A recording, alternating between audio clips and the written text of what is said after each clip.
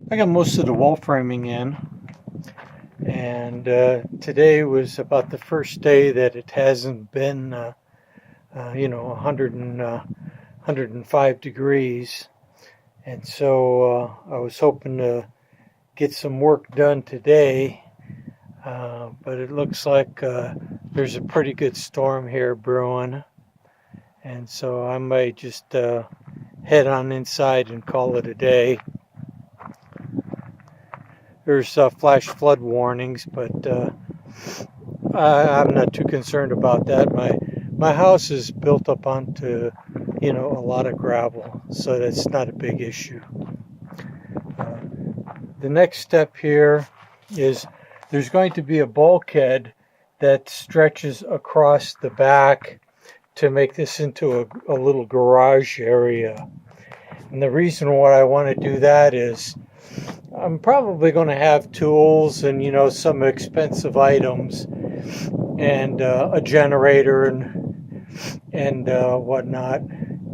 And vehicles are so easy to break into. I was hoping to make this into a storage area and have it be a little bit more secure, because there isn't any way of putting a Slim Jim in and opening up these windows or sliding down into the window to open up the latches. So it would make it a little bit more difficult for a thief. And eventually I may replace this glass with a metal mesh or some kind of a vent so that I can run the generator while this back area is closed up, and have the exhaust go out the side, but have this area completely uninsulated and vented, so that any heat or carbon dioxide that does manage to come back on the exhaust will have a way to get out. And it'll also make the area more secure for propane, because the floor will have some vents in it as well.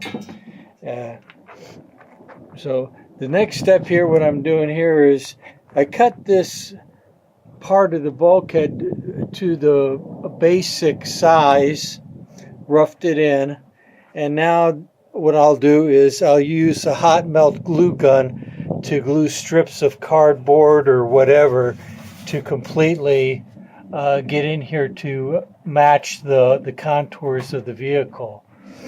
And this piece here, I'll transfer this to a new sheet. I'll transfer this to a new sheet of plywood, and then I'll also make sure that this fits onto the other side.